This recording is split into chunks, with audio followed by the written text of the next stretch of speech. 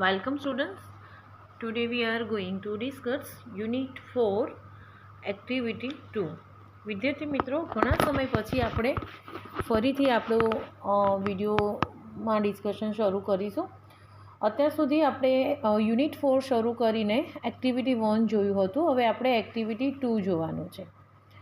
તો એક્ટિવિટી 3 સુધી જે ટેક્સ્ટબુકમાં જે એક્સરસાઇઝ આપણે ડિસ્કસ કરી છે એ બધી જ કમ્પલસરી તમારે નોટબુકમાં લખવાનું છે અને એના રિલેટેડ સ્વાધ્યાય પોથી પણ તમારે ફિલઅપ્સ કરવાની છે.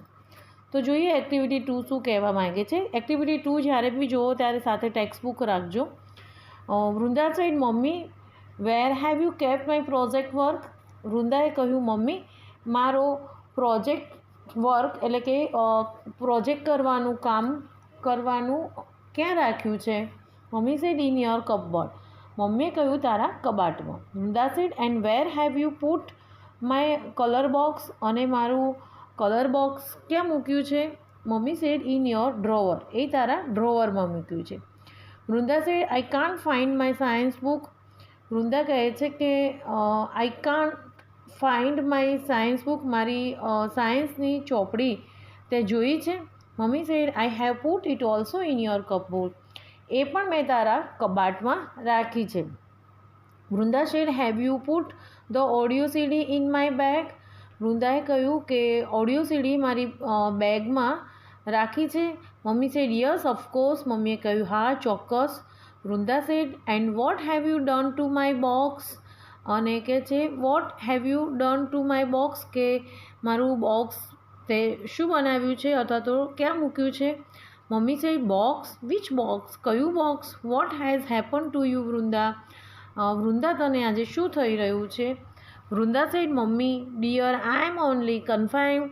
કહે છે કે વૃંદાએ કહ્યું મમ્મી મારી વાલી મમ્મી આઈ એમ ઓનલી કન્ફાઇન્ડ, કે હું ખાલી એની ચોખવટ કરું છું, કન્ફર્મ કરું છું. Sorry today I have a project on solar energy in our school. Sorry કે આજે મારી સ્કૂલમાં સૂર્ય ઉર્જાનો પ્રોજેક્ટ છે. મમ્મી સે બેસ્ટ ઓફ લક બેટા. મમ્મીએ કહ્યું કે શુભેચ્છાઓ. વૃંદાએ કહ્યું થેન્ક યુ. વૃંદાએ કહ્યું આભાર. તો વિદ્યાર્થી મિત્રો, એક્ટિવિટી 2 જે છે એ ટેક્સ્ટબુકમાં સેન્ટેન્સ જોઈને એનું ટ્રાન્સલેટ કરવાનો પ્રયત્ન કરજો. બિકોઝ કે આ એક્ટિવિટી 2માંથી ટ્રુ એન્ડ ફોલ્સ પૂછાતા હોય છે, ઘણીવાર મેચિંગ પણ પૂછાતા હોય છે. તો એક્ટિવિટી 2 આપણે ધ્યાનથી જોઈ હશે અને એને ટ્રાન્સલેટ કરવાનો પ્રયત્ન કર્યો હશે તો આપણે ઇઝીલી એનો આન્સર આપી શકીશું. ટ્રુ એન્ડ ફોલ્સ પૂછાય છે અને આ રીતે જેવા કે કેપ્ટ એટલે કે રાખવું, પ્રોજેક્ટ એટલે કે વર્ક, કાર્યક્રમ, કપબોર્ડ એટલે કબાટ, આવા જે શબ્દો જે છે એ પણ એક્ટિવિટી 2 એમ કરીને સ્પેલિંગ લખવાના રહેશે. નેક્સ્ટ આપણે જોઈએ ડ્રોવર. ડ્રોવરનો સ્પેલિંગ કરેક્ટ કે ઇંગ્લિશનો સ્પેલિંગ તમને 3-4 સ્પેલિંગ આપ્યા હશે, એમાંથી એક સ્પેલિંગ સાચો હશે તમારે ફાઇન્ડ આઉટ કરવાનું છે. એટલે કે ડ્રોવરનો જે સ્પેલિંગ છે એને જોઈને તૈયાર કરવું. સાયન્સ, ડ્રોવર એટલે કબાટ, સાયન્સ એટલે વિજ્ઞાન. નેક્સ્ટ છે હેપન્ડ એટલે કે શું બની રહ્યું છે, શું થયું છે. અને કન્ફર્મિંગ એટલે કે ચોખવટ અથવા તો તપાસ કરવી. તો આ રીતે આપણે એક્ટિવિટી 2 જે છે એ ધ્યાનથી તમારે એને રીડ કરવાનું છે અને સમજવાનું છે અને એના સેન્ટેન્સને ધ્યાનમાં રાખવાના છે, જેથી કરીને ટ્રુ એન્ડ ફોલ્સ પૂછાય તો ઇઝીલી આપણે એના આન્સરો લખી શકીએ.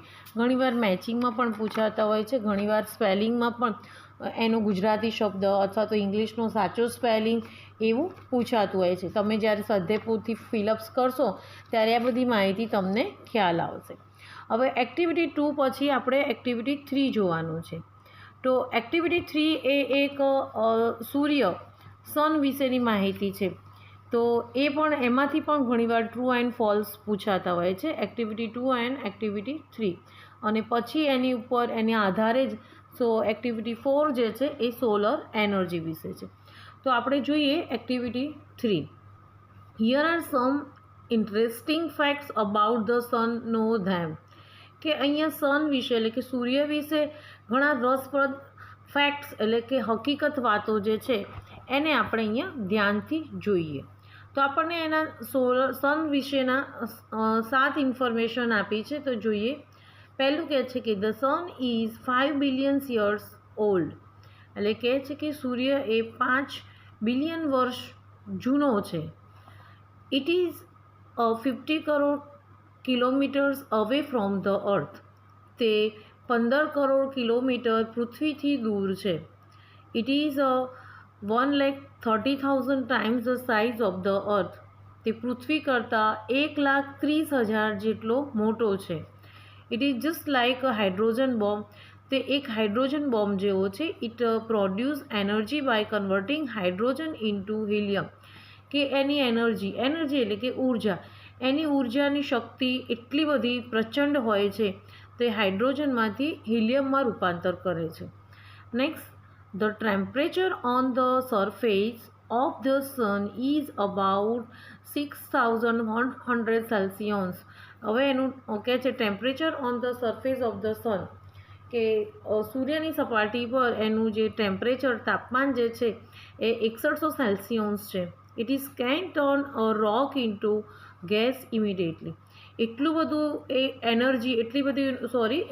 એનર્જી નહીં પણ ટેમ્પરેચર, કેટલું બધું એનું ટેમ્પરેચર કહી શકાય કે રોક એટલે કે પર્વતનું રૂપાંતર એ ગેસમાં થઈ શકે એટલું પ્રચંડ એનું તાપમાન હોય છે. તો આ જે આપણે સેન્ટેન્સ જોઈએ છે એ ધ્યાનથી તમારા માઇન્ડમાં પણ રાખવા પડશે, બિકોઝ તમને ટ્રુ એન્ડ ફોલ્સ પૂછાય. જેમ કે આપણે પહેલું સેન્ટેન્સ જોઈએ કે the sun is 5 billion years old, તો ઘણીવાર એ રીતના પૂછાય કે the sun is 5 million years old, તો એ સેન્ટેન્સ ફોલ્સ છે. એ ક્યારે ખબર પડશે? આ બધા સેન્ટેન્સને આપણે ધ્યાનમાં રાખ્યું છે કે મિલિયન્સ નહીં પણ અહીંયા બિલિયન્સ આવે તો સાચું પડે. એ રીતે નીચેના સેન્ટેન્સને ખાસ ધ્યાનમાં રાખવાનું. દર વખતે એક્ઝામમાં આમાંથી 1-2 સેન્ટેન્સ પૂછાતા જ હોય છે. નેક્સ્ટ જોઈએ. The temperature at the centre of the sun is about 20 crore Celsius, અને કહે છે કે એનું તાપમાન જબરજસ્ત હોય છે. Next, the energy the earth uses in 100 years is release by the sun only in 1 second. અને સૂર્યમાંથી એટલી એનર્જી રિલીઝ થાય છે, કહે છે કે 100 years is release by the sun only in second, કે 100 વર્ષ સુધી પૃથ્વી પર એની જે ઉર્જા વપરાય છે એટલી ઉર્જા સૂર્ય એ ઓનલી ઇન 1 second, 1 સેકન્ડમાં એ એનર્જી રિલીઝ કરે છે. તો આપણે એક્ટિવિટી 3માં સન વિશે જે ઇન્ફોર્મેશન આપી છે એને ધ્યાનથી આપણે અભ્યાસ કર્યો, અને એ પણ તમે ધ્યાનથી વાંચીને એને માઇન્ડમાં રાખવાનો પ્રયત્ન કરજો, બિકોઝ એના રિલેટેડ આપણને ઓબ્જેક્ટિવ એક્ઝામમાં બહુ પૂછાતી હોય છે. હવે નેક્સ્ટ આપણે જોઈશું ગ્લોસરી, જેમાં ગ્લોસરીમાં આપણે સોલર એનર્જી રિલેટેડ જે કંઈ ગ્લોસરી હશે એ આપણે નેક્સ્ટ વિડીયોમાં આપીશું. ઓકે, હવે આગળ જોઈશું આપણે નેક્સ્ટ વિડીયોમાં. Okay, thank you.